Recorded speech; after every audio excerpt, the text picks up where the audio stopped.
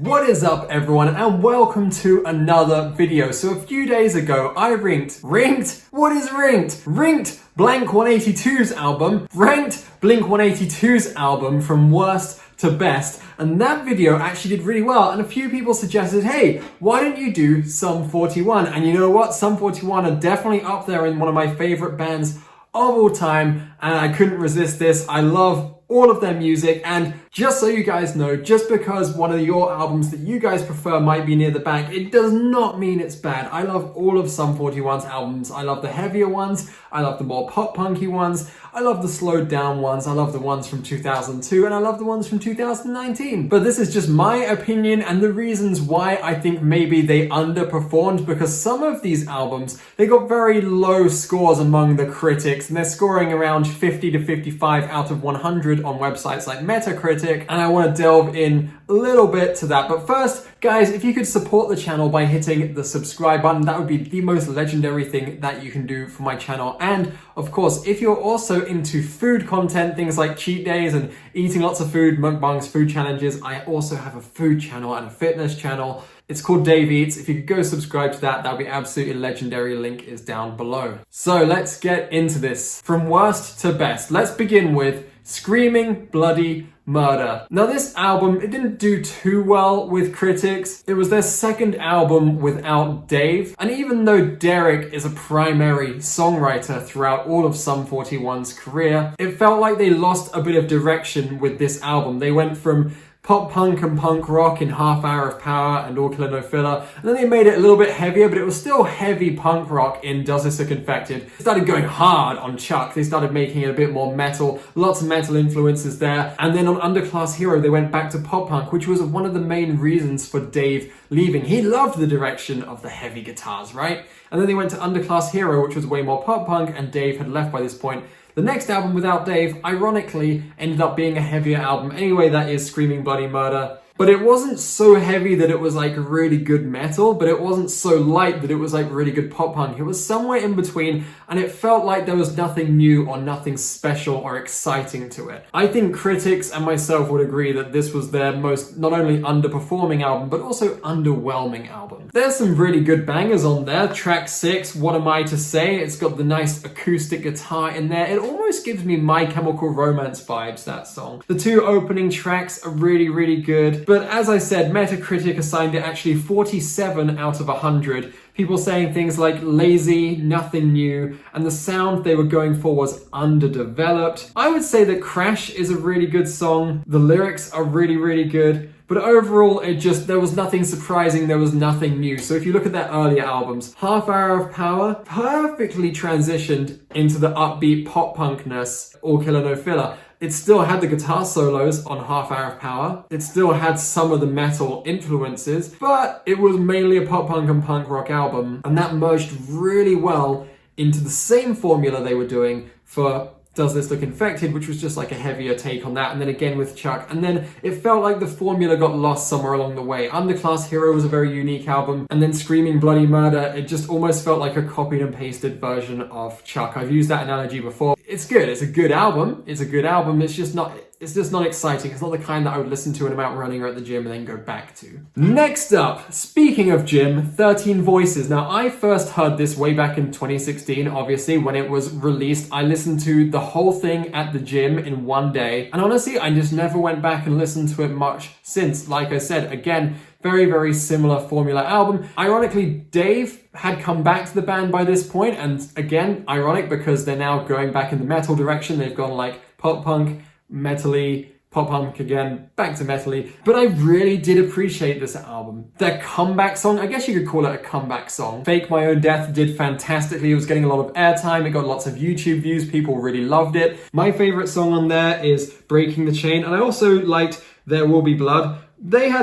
Interestingly, those songs actually had the most writers as well. And the album itself performed well, people really liked it. This felt like it was exactly what they were going for with Screaming Bloody Murder, just more exciting, more hooks, better riffs, more integrity, different vocals, heavy songs, stripped back songs, cool production. And yeah, it was a perfect blend of heavier punk rock with sort of, we can see the metal influences coming in there, and it blended really well. There are not many boring songs on this album. Next up, 2019's Order in Decline. Oh my god, that riff on Out for Blood is so good. It is chef kiss. That is just such a good riff.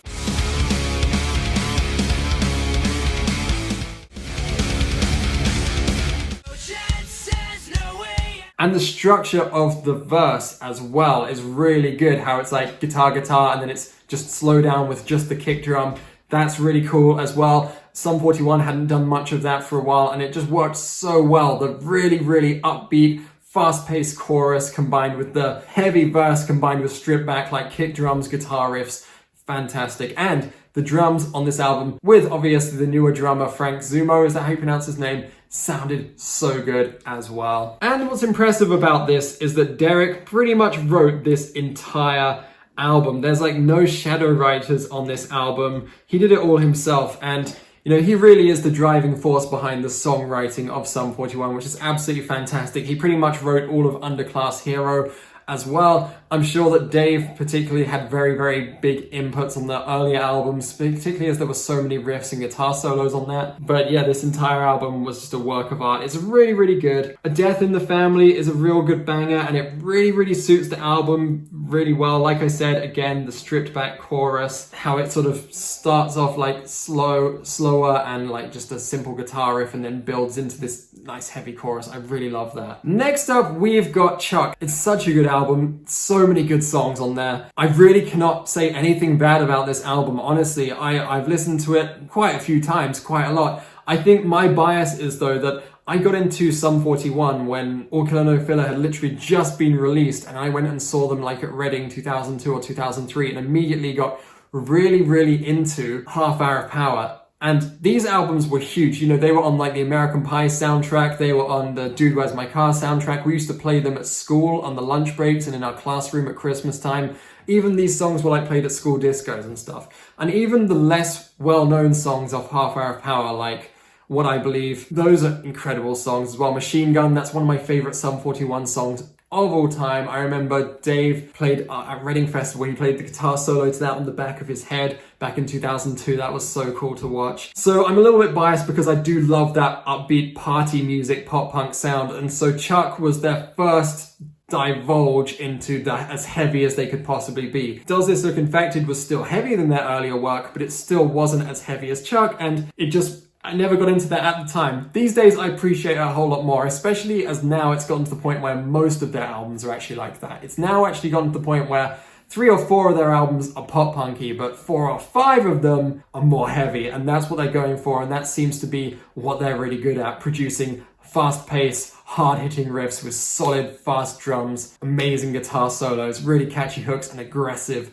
vocals. That's what Sum 41 do best, and that's what this album has. This was their first release which really had that awesome, heavy Sum 41 formula. But what I really love is if you go and see Sum 41 live, I saw them, seen them quite a few times actually, but the most memorable time is obviously going to be Download 2017 because that's the most recent time. It was only 4 years ago. What I really appreciated is that the set list was fantastic. They played songs from every single album, even Underclass Hero, right? They played songs from Underclass Hero, 2 or 3 songs from that. They played songs from All Killer No Filler. They played songs from Does This Look Infected. They even played 1 or 2 songs from Half Hour of Power, I believe. And they played a couple of new songs. I love that. I can't bear it when you go see a new band and like 60% of their set list is the new album, and then they play 2 or 3 songs from the old album. I cannot stand that. When I saw Of Mice and Men, they played basically all of Restoring Force and then played like 1 or 2 songs from The Flood and their first album as well. And I was just disappointed by that. You know, you don't go to see a band live just to hear them play their new album live. You go to hear the old songs, the bangers, the things you grew up with. You go and you want to hear some of the new songs if you really love them so much. You want to hear the singles being played. And the band wants to play the songs which the audience want to hear. And the audience don't always just want to hear the new albums. I would hate to go and see Sum 41 or Blink 182 and for them just to play like the new songs from the Matt Skiba Blink 182 era or the new songs from the last decade for Sum 41. It just wouldn't work. Next up, we've got Underclass Hero. Now, I've already mentioned the irony behind this album, how Dave left because Deryck wanted to write more pop punky songs at the time, and Dave wanted to go more in the heavier direction, among other things. I'm sure there was arguing, and Deryck had problems with alcoholism at the time, potentially, all of that stuff, right? But kind of ironic that they did Underclass Hero and then kind of abandoned the pop punk sound one more time again. But I love this album. And again, like I said, I could be biased because I really got into them back in the year 2000. So obviously I love their pop punky, punk rocky sound. I listened to Half Hour of Power or All Killer No Filler in the car on the way to school, on the way to swim or football practice, every single day. Underclass Hero, again, it underperformed. Critics didn't really like it. It was underwhelming for most people, and I agree, there are some pretty, to be honest, boring songs on there. But again, some of the songs are really original, especially for Sum 41 and a pop punk band in general. The songwriting is fantastic. It's very personal. It's very personable. The lyrical themes, the inclusion of piano, the change in structure. Think of Walking Disaster. Like Walking Disaster had a real big change in the structure of the song. It was fantastic. Pull the Curtain, that was a great sort of pop punk, heavy pop punk song. Classic Sum 41, you know, heavy guitar riffs, heavy drums. Really cool. Dear Father, again, these are, with the inclusion of all the acoustic guitar songs, it's definitely strange for them. It's a very unique album for them. It's completely different, but at the time people loved it. You know, back when their music videos were getting circulated on MySpace, this is how long ago this was. It's like 15 years ago, you know. Everyone was loving that. Even though they were a bit bummed out that Dave had left, I remember people were like, this is so cool. It's so cool to hear these cool guitarists. Underclass Hero, you know, the title track has that. I just love that. I love the pop punk sound on this album. It's so good. It's such an underrated album. I absolutely love it. But, you know, different strokes for different folks. Some people listen to Screaming Bloody Murder and they'll put in the comment section below it, this is my favorite album by them, it's so underrated. I actually think Underclass Hero is underrated just because it feels like Deryck just poured his life and soul into that album, and it was a tough time for the band. It was an underwhelming time for the band. Their touring was messed up. Dave had left. They were probably fatigued, burned out, exhausted. The songwriting was a bit hit and miss, but I love it because it was creative and it was really good, and it just offered something so different from all the other albums. Like I said, Chuck, Screaming Bloody Murder, the 2016 album, I think they're quite samey. It starts to kind of merge into one. You could easily play those albums back to back and it would start to be like, oh, this all kind of sounds the same, whereas Underclass Hero is very unique album. Next up, you knew this was coming, of course, right? Some people would put this as number one, especially as the Hell song was so incredible when it came out. I remember playing that over and over again, and we just couldn't believe the riff, the drums, the chorus, everything. Are Still Waiting as well. That was a huge hit. I think this is also what really skyrocketed the band. They'd already been pretty big with All Killer No Filler, especially in the pop punk market, but this is what took them from playing clubs to arenas. Songs like the Hell song, Still Waiting, and also Mr. Amsterdam and Over My Head were very popular. My Direction, All Messed Up. What was fantastic is those four songs I've just mentioned, they had still more of a pop punk sound. It was still a heavier album. This was still, the third album was still heavier, but it wasn't so heavy that it wasn't pop punk or punk rock anymore. It was so good. Shorter songs, faster drums, that kind of vibe. And I think this really just took them to a whole nother level. I mean, the Hell song is still the first song that they play live when they walk on stage most of the time. And you know what? People still go absolutely nuts. Every time I've seen them play it, everyone's going nuts for it. Again, cannot fault this album, but I am biased.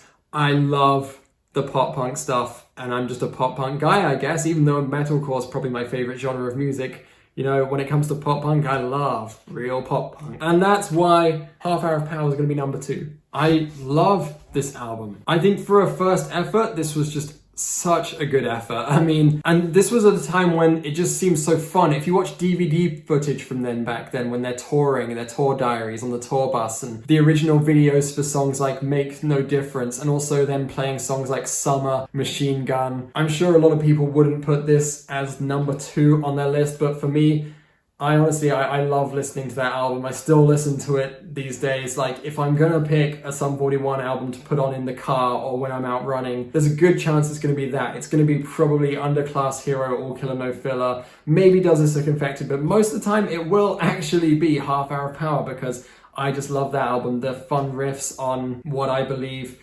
There's a guitar solo on Machine Gun. The original recording of Makes No Difference. I don't know, I honestly have no bad thing. I just think for a first album or a first EP, that's so good. The songwriting was fantastic. The fact that they were original for a pop punk band, like a lot of pop punk bands such as Mest and MXPX and Blink-182 at the time were not doing what Sum 41 were doing. Also, Simple Plan and Good Charlotte were just about starting as well. And none of them sounded like Sum 41. Sum 41 have always had the original sound. I don't know if it's the guitar solos, the way they write their riffs, Deryck's voice, the lyrics, the structure of the songs, how sometimes they'll slow it down and then speed it up and then slow it down again. Steve's drumming, I don't know, I can't describe it. It's just so unique. That brings us to number 1, All Killer No Filler. This has to be like, aside from perhaps All the Small Things by Blink-182 and also The Rock Show, I guess you could say, and First Date, which were all huge singles at the time. Oh, and What's My Age Again? Was there a bigger pop punk or even rap rock song than Fat Lip?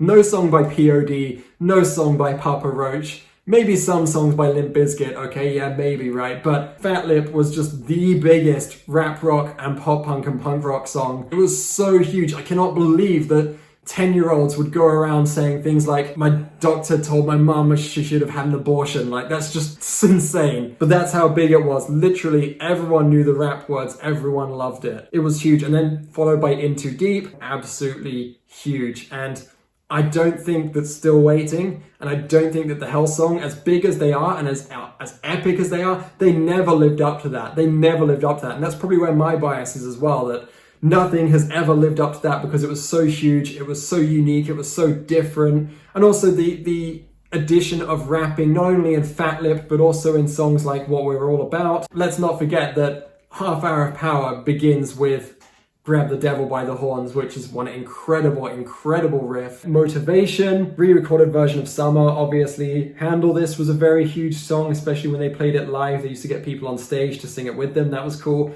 Crazy Amanda Bunkface, All She's Got, Heart Attack. There is not a bad song on this album. Nothing in My Back, probably my favorite opening track of an album of all time, apart from maybe Dumpweed or Anthem Part 2. Actually, probably Anthem Part 2 is my number 1 favorite opening track of all time. But yeah, Rhythms, there's so many good songs on this album. There's just like, there's not a bad song at all. It's the equivalent of Blink-182's Enema of the State. There's not a bad song. So cool, guys. But like I said at the beginning of the video, this is just my opinions. What would you guys choose? What would you put? What order would you put it in? Which is your favorite and why? What do you love? Which album did you hear first? Which album was so underwhelming for you? Which album has sentimental value for you guys? Thank you so much for watching. Lots of love. Hit the subscribe button one more time and I'll see you in the next video.